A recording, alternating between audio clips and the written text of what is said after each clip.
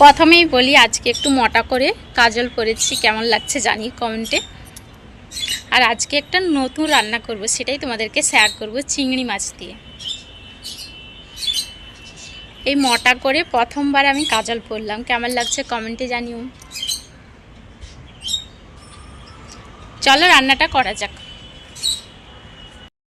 সকাল সকাল বাজারে গিয়ে কত বড় বড় চিংড়ি মাছ এনেছে দেখো।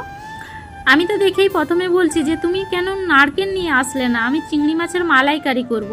এত বড় চিংড়ি দেখে কার না ইচ্ছে করে বলো মালাইকারি করে খাওয়ার। তো বেশ সুন্দর ছিল। আমি প্রথমে 3টে ছাড়িয়ে নিয়েছি, কারণ ও অফিস যাবে, ওর জন্য ভাজা মানে করে দেব, তরকারি করলে তো দেরি হবে, তাই ভাবছি 3টা ছাড়িয়ে করে ওকে আমি ভাজা করে দেব, খাবে ওগুলো তরকারির সঙ্গে। আর এই দেখো কত বড় বড় চিংড়ি মাছগুলো। আমি অ্যাকচুয়ালি বলেছিলাম যে গলদা চিংড়ি নিয়ে আসবে, তো পাওয়া গেল না, তখন এই বড় চিংড়িগুলো নিয়ে এসেছিল। আর এগুলো দিয়ে আজকে আমি পোস্ত দিয়ে রান্না করব, পোস্ত দিয়ে চিংড়ি মাছ দিয়ে একটু ঝাল ঝাল করে রান্না করব। ভেবেছিলাম তো মালাইকারি করব, কিন্তু সেটা তো আর হয়ে উঠলো না, তাই চলো পোস্ত দিয়েই এই যে রান্না করে ফেললাম। আর গাইস এত সুন্দর হয়েছিল, জাস্ট অসাধারণ।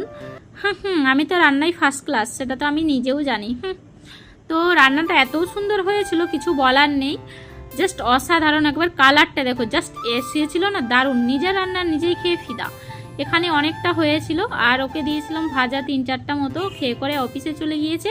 আবার এসে রাতে খাবে, রেখে দেবো, আমি একটু নেবো আর রাতে ওর জন্য রেখে দেবো।